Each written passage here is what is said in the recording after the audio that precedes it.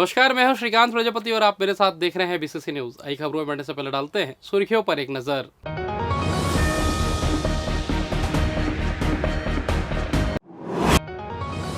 निकाय चुनाव में जिले में 54% मतदान, बिलासपुर में सबसे कम रहे मतदाता।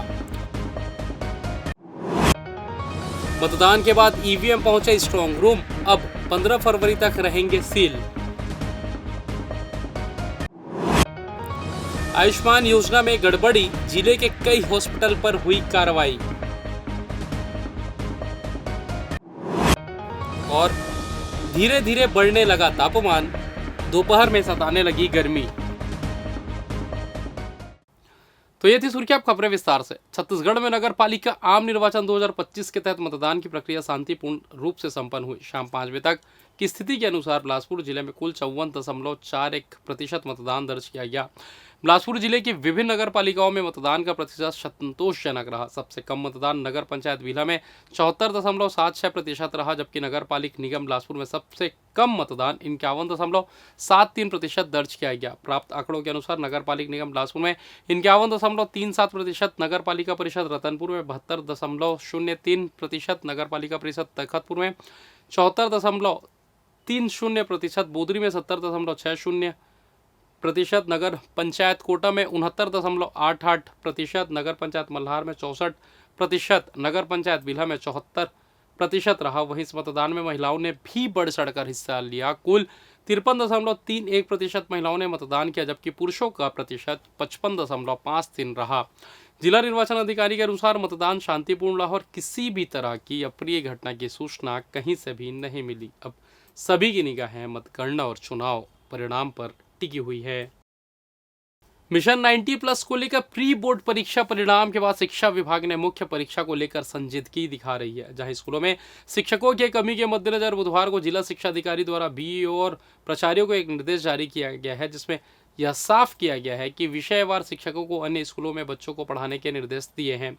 संकुल स्तर पर मिले इस अनुमति से अंदाजा लगाया जा रहा है कि बोर्ड परीक्षा के पूर्व सभी स्कूलों में विषयवार शिक्षकों की उपलब्धता सुनिश्चित हो सकेगी, ताकि बच्चों को पढ़ाई में होने वाली दिक्कत दूर हो सके। आपको बता दें कि जिले में बोर्ड परीक्षा परिणाम को सुधारने के उद्देश्य से मिशन 90+ चलाया जा रहा है, जहां बोर्ड के विद्यार्थियों के सर्वाधिक परीक्षा परिणाम को बढ़ाने लगातार प्रयास जारी है। इसी कड़ी में पूर्व में बोर्ड की मुख्य परीक्षा के तर्ज पर ही प्री बोर्ड परीक्षा का आयोजन स्कूलों में किया गया, जहां जिले के 80 हाई और हायर सेकेंडरी स्कूलों का परीक्षा परिणाम असंतोषजनक रहा है, जिसमें प्राचार्यों ने प्रभारी शिक्षा अधिकारी पी दासरथी को अवगत कराया कि अधिकांश स्कूलों में विषयवार शिक्षकों की कमी है, जिसके मद्देनजर बुधवार को ऐसे स्कूलों के समीप स्कूलों से विषयवार शिक्षकों को भेज वहां बच्चों को पढ़ाने का निर्देश दिया गया है। साथ साथ जरूरत पड़ने पर एक्स्ट्रा क्लास भी लगाने की बात कही जा रही है।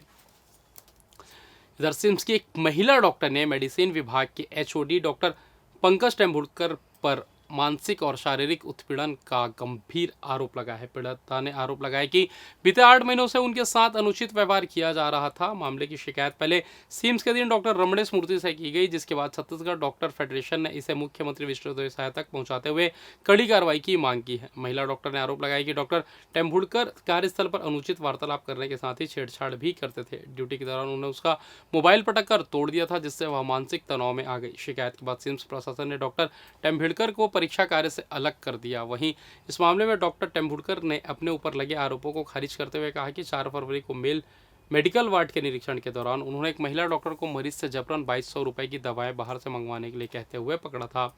इस पर मरीज के परिजनों ने लिखित शिकायत भी दी थी। उन्होंने दावा किया कि इससे पहले भी 3 बार इस तरह की हरकतों पर मौखिक चेतावनी दी जा चुकी थी। डॉक्टर टेम्बुलकर ने महिला डॉक्टर पर जातिगत टिप्पणी करने और उन्हें झूठे मामले में फंसाने की धमकी देने का भी आरोप लगाया। इस संबंध में उन्होंने कोतवाली थाना और महिला थाने में शिकायत दर्ज कराई है। मंगलवार की रात मतदान संपन्न कराकर वापस लौटने वाले मतदान दलों का स्वागत किया गया, जहां उन्होंने कोनी इंजीनियरिंग कॉलेज के वितरण काउंटर में ईवीएम अन्य दस्तावेज जमा किए।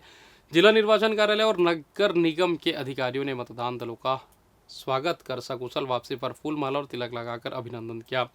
गौरतलब है कि स्ट्रांग रूम में भारी सुरक्षा बलों के पहरे में ईवीएम को रखा जाएगा, जिससे मतगणना के दिन यानी 15 फरवरी को खोला जाएगा। और फिलहाल है वक्त तो चला छोटे से ब्रेक का, मिलता है ब्रेक के बाद, कहीं जाइएगा नहीं। पिछले 17 वर्षों से रियल एस्टेट के क्षेत्र में दे रहे हैं अपनी सेवाएं और लगातार शहर की जनता को एक नई लिविंग लाइफस्टाइल। अपने कार्यों एवं सेवाओं के माध्यम से लाखों लोगों की उम्मीदों को दिया है आकार।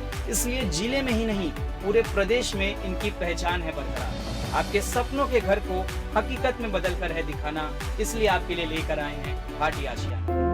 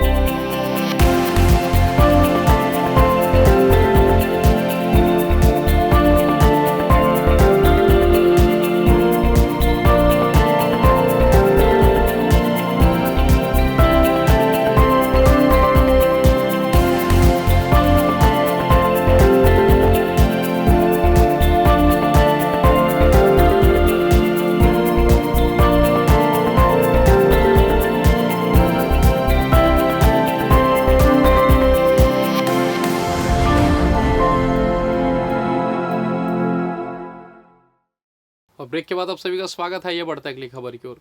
राज्य शासन ने आयुष्मान भारत योजना में गड़बड़ियां करने वाले अस्पतालों के खिलाफ बड़ी कार्रवाई करते हुए 15 अस्पतालों को योजना से बाहर कर दिया है, जबकि 8 अस्पतालों को अस्थायी रूप से निलंबित किया गया है। स्वास्थ्य विभाग की इस सख्त कार्रवाई को लेकर चिकित्सा जगत में हलचल मच गई है। बताया जा रहा है कि हेल्थ डॉक्टर प्रियंका शुक्ला ने अस्पतालों का औचक निरीक्षण कराने के लिए जांच टीमें बनाई थी। जांच दल में स्वास्थ्य विभाग के ऐसे अधिकारी को रखा गया जिनकी छवि साफ सुथरी हो और वे बड़े अस्पतालों के प्रभाव में ना आए। जांच में व्यापक खामियां मिली। कई अस्पताल बिना डॉक्टर के मिले तो बिलासपुर के मार्क हॉस्पिटल निरीक्षण के समय एमबीबीएस डॉक्टर के बजाय आयुर्वेदिक डॉक्टर मिले। बताया जा रहा है कि जांच टीम को 3 चीज कॉमन मिली। पहला, आयुष्मान योजना के मरीजों से कैशलेस में पैसा लिया जाना। दूसरा, डॉक्टरों की कमी। और तीसरा, सभी अस्पतालों में पैथो की रिपोर्ट स्कैंड सिग्नेचर वाली पाई गई।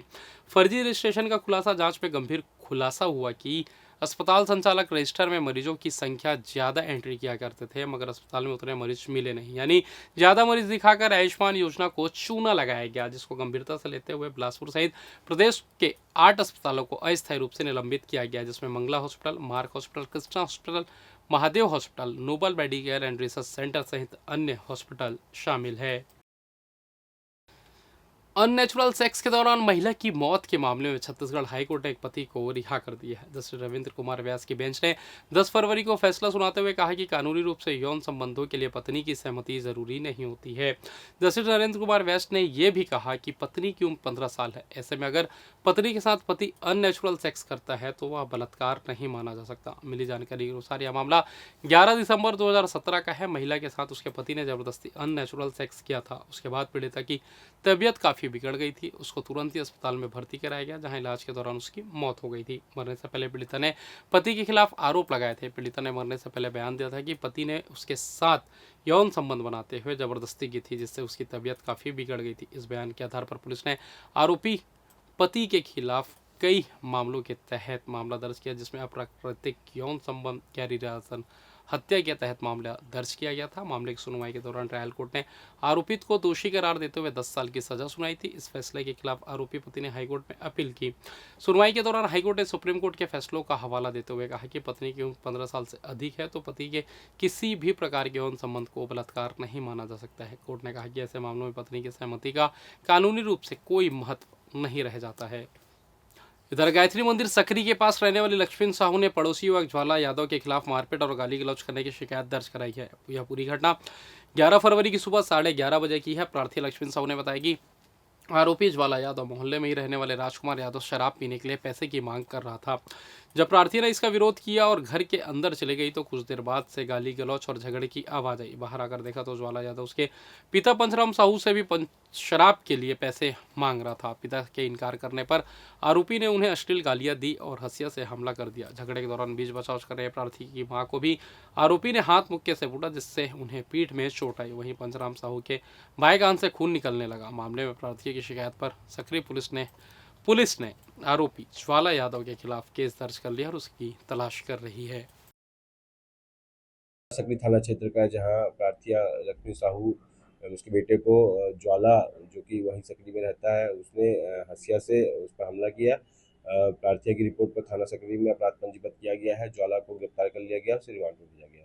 फरवरी माह के मध्य तक आते आते मौसम में तेजी से बदलाव देखने को मिल रहा है। धीरे धीरे तापमान में बढ़ोतरी हो रही है, जिससे दिन में तेज धूप के कारण गर्मी का एहसास होने लगा है। वहीं रात के समय भी ठंडक लगभग गायब हो चुकी है, जिससे मौसम पूरी तरह बदलने लगा है। पिछले एक सप्ताह से तापमान में उतार चढ़ाव जारी है। दिन के समय धूप झुलसाने लगी है, जबकि सुबह और रात में हल्की ठंड महसूस हो रही है। मौसम के इस बदलाव का असर लोगों की सेहत पर भी पड़ रहा है। सर्दी गर्मी के बीच बदलते तापमान से सर्दी जुकाम और बुखार जैसी परेशानियां बढ़ रही है। मौसम विशेषज्ञों के अनुसार आगामी दिनों में तापमान में और वृद्धि हो सकती है, जिससे गर्मी और अधिक महसूस होगी। ऐसे में लोगों को अपनी सेहत का विशेष ध्यान रखने की सलाह दी जा रही है। डॉक्टरों का कहना है कि मौसम के बदलाव को देखते हुए पर्याप्त मात्रा में पानी पीना, हल्का और संतुलित आहार लेना और धूप से बचाव करना आवश्यक है।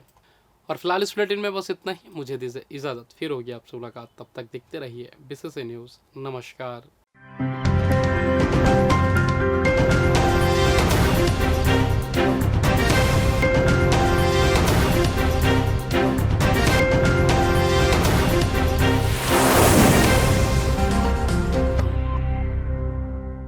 पिछले 17 वर्षों से रियल एस्टेट के क्षेत्र में दे रहे हैं अपनी सेवाएं और लगातार शहर की जनता को एक नई लिविंग लाइफस्टाइल।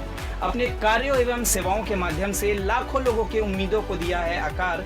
इसलिए जिले में ही नहीं पूरे प्रदेश में इनकी पहचान है बरकरार। आपके सपनों के घर को हकीकत में बदल कर है दिखाना, इसलिए आपके लिए लेकर आए हैं भाटी आशिया।